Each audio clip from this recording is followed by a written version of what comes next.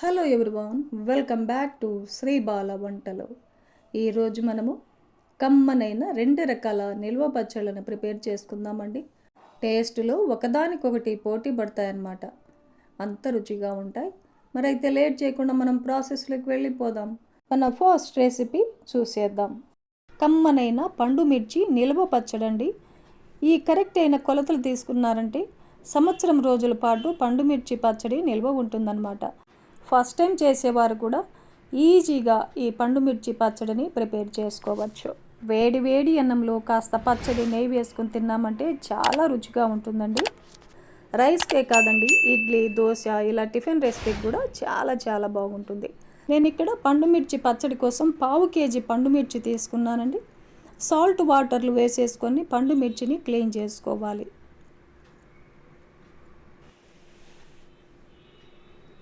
చూడండి, మిర్చినంతా ఇలా శుభ్రంగా క్లీన్ చేసుకొని నార్మల్ వాటర్లో ఇంకొకసారి క్లీన్ చేసుకోవాలి. ఇలా పండు మిర్చిని సాల్ట్ వాటర్లో ఒకసారి, నార్మల్ వాటర్లో ఒకసారి వేసేసుకొని శుభ్రంగా క్లీన్ చేసి తీసుకుందాం. ఈ పండు మిర్చినంతా కాటన్ క్లాత్తో తుడిచేసుకోవాలి. చూడండి, తొడిమెల దగ్గర మిర్చి అంతా ఇలా కాటన్ క్లాత్తో తడేమి లేకుండా నీట్గా తుడుచుకోవాలి. ఇలా తుడుచుకున్న మిర్చినంతా అరగంట పాటు ఫ్యాన్ కింద ఆరబెట్టుకోవాలి. చూడండి, మిర్చి వెనకల వైపు విరిగిపోయింది కదా. ఇలాంటి మిర్చిని మనం వాటర్లో కడిగామంటే లోపలికి వాటర్ అంతా పోతుంది, పచ్చడి కూడా పాడవుతుంది. అందుకే ఈ మిర్చిని పక్కకు తీసేయాలి. కాటన్ క్లాత్తో తుడుచుకున్న తర్వాత మిర్చికంతా తొడిమెలను తీసేసుకోవాలి. 1/2 కేజీ పండు మిర్చికి 50 నుంచి 60 గ్రాముల చింతపండు పడుతుంది. కారం ఉన్న మిరపకాయలు అయితే 60 గ్రాముల చింతపండు తీసుకోవాలి. ఇవి పెద్దగా కారం లేవండి, అందుకే 50 గ్రాముల చింతపండు తీసుకుంటున్నాను. ఒక కమలా పండు సైజ్ అన్నమాట. చింతపండును కడగం కాబట్టి చింతపండులో ఏమైనా పుల్లలు, పిచ్చెలు లాంటివి తీసేసుకొని శుభ్రం చేసుకోవాలి. సాల్ట్ కూడా 50 గ్రాములు తీసుకోవాలి. నేను ఇక్కడ కల్లుప్పు తీసుకుంటున్నాను.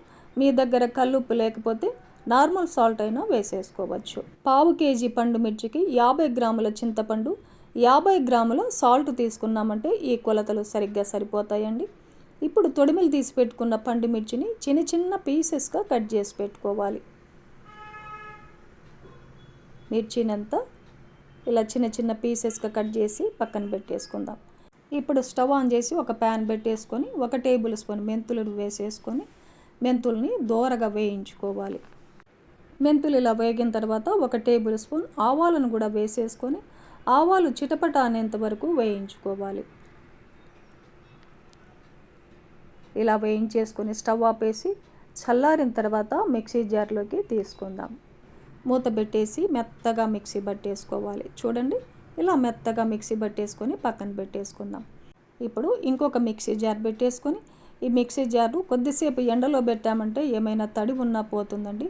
తడి లేకుండా చూసుకోవాలి మిక్సీ జార్ని. సాల్ట్ వేసేసుకొని చింతపండును కూడా వేసేసుకొని మూత పెట్టేసి మిక్సీ పట్టేసుకోవాలి. చూడండి, ఇలా మిక్సీ పట్టేసుకొని ఒక పెద్ద వెల్లుల్లిగడ్డని పొట్టు తీసేసి వేసేసుకుందాం. 1/2 టేబుల్ స్పూన్ పసుపును కూడా వేసేసుకోవాలి. కట్ చేసి పెట్టుకున్న పండు మిర్చిని సగం వేసేసి మిక్సీ పట్టేసుకుందాం. అన్నీ ఒకేసారి పట్టవు కదండి. మిగిలిన సగం కూడా పండు మిర్చిని వేసేసుకొని కచ్చా పచ్చాగా మిక్సీ పట్టేసుకోవాలి.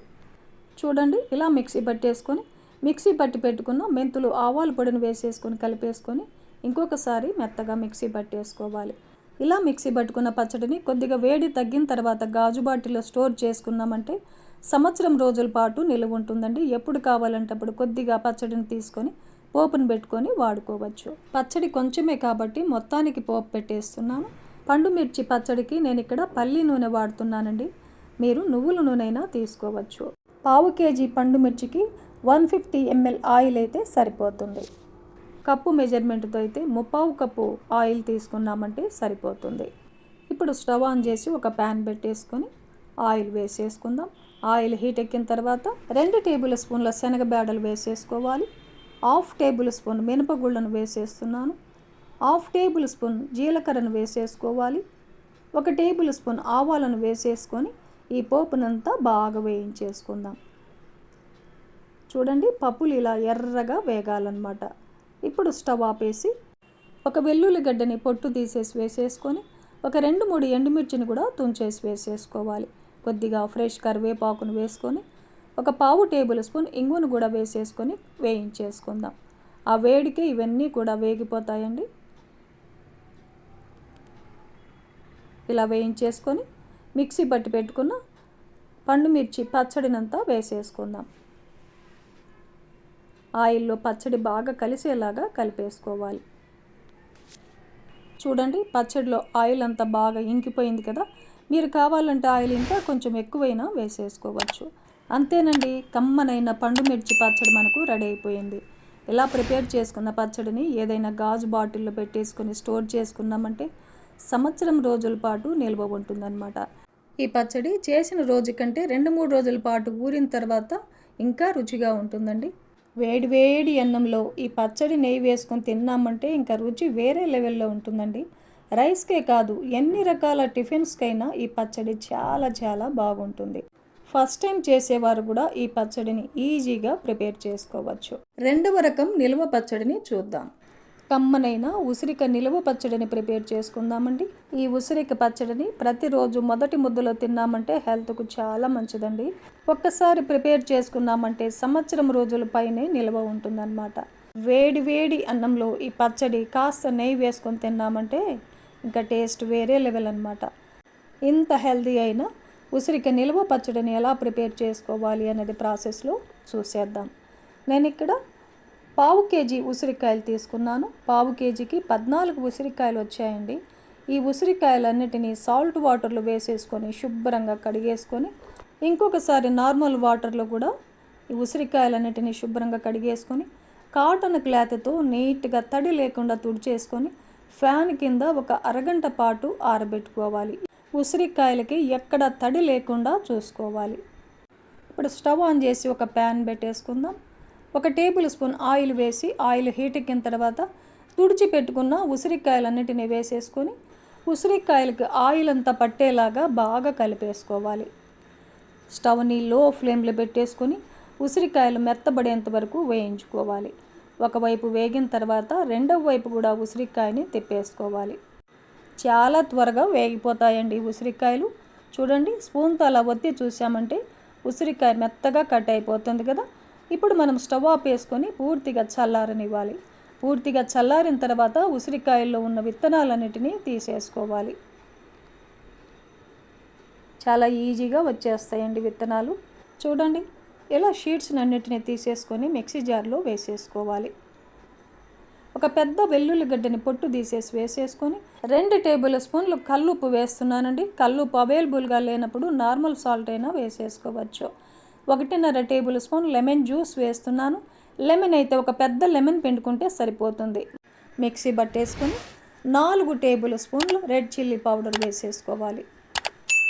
వేయించి పొడి చేసిన మెంతి పొడిని ఒక 1/2 టేబుల్ స్పూన్ వేసేసుకోవాలి. ఇందులో ఆవు పిండి వేయరండి, ఓన్లీ మెంతి పొడిని మాత్రమే వేసుకోవాలి. ఒక 1/2 టేబుల్ స్పూన్ పసుపును కూడా వేసేసుకొని ఈ మొత్తాన్ని బాగా కలిపేసుకొని ఇంకొకసారి మెత్తగా మిక్సీ పట్టేసుకోవాలి. ఇలా మిక్సీ పట్టుకున్న పచ్చడిని ఏదైనా గాజు బాటిల్లో స్టోర్ చేసుకున్నామంటే ఎప్పుడు కావాలంటే అప్పుడు కొద్దిగా తీసుకొని పోపు పెట్టేసుకోవచ్చండి. సంవత్సరం రోజుల పాటు నిల్వ ఉంటుంది.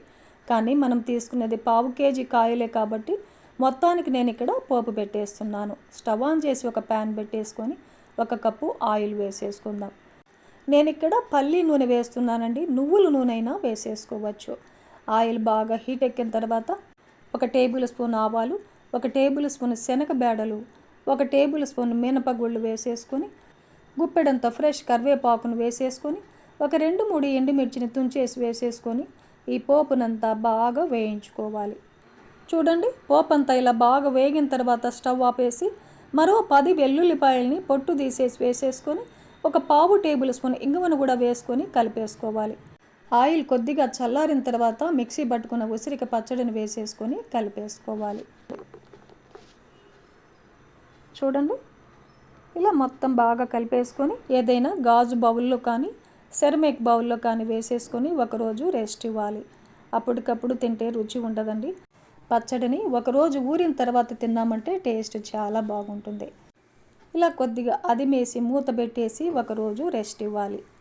నెక్స్ట్ డే చూసామంటే చూడండి, ఆయిల్ అంతా పీల్ చేసుకునింది. ఇంకొకసారి బాగా కలిపేసుకొని ఒకసారి టేస్ట్ చేయండి. సాల్ట్ సరిపోయిందా లేదా, కారం సరిపోయిందా లేదా అన్నది చెక్ చేసుకొని ఏమైనా తక్కువ అనిపిస్తే ఇప్పుడే కలిపేసుకోవచ్చు. నాకైతే అన్నీ కరెక్ట్గా సరిపోయాయండి. ఇలా రెడీ చేసుకున్న పచ్చడిని ఏదైనా గ్లాస్ జార్లో కానీ జాడీలో కానీ పెట్టేసుకొని స్టోర్ చేసుకున్నామంటే సంవత్సరం రోజుల పైనే ఉంటుందండి. బయట పెడితే కొద్దిగా నల్లగా అవుతుంది. ఫ్రిడ్జ్లో అయినా పెట్టుకోవచ్చు. చూశారు కదండి, కమ్మనైన 2 రకాల నిల్వ పచ్చళ్ళను ప్రిపేర్ చేసుకున్నాం కదా. ఈ ప్రాసెస్లో మీరు కూడా తప్పకుండా ఈ కమ్మనైన నిల్వ పచ్చళ్ళను ప్రిపేర్ చేసి ఫ్యామిలీతో టేస్ట్ చేయండి. ఈ వీడియో నచ్చితే లైక్ చేయండి, షేర్ చేయండి, సబ్స్క్రైబ్ చేయండి. థ్యాంక్ యూ అండి. Thanks for watching.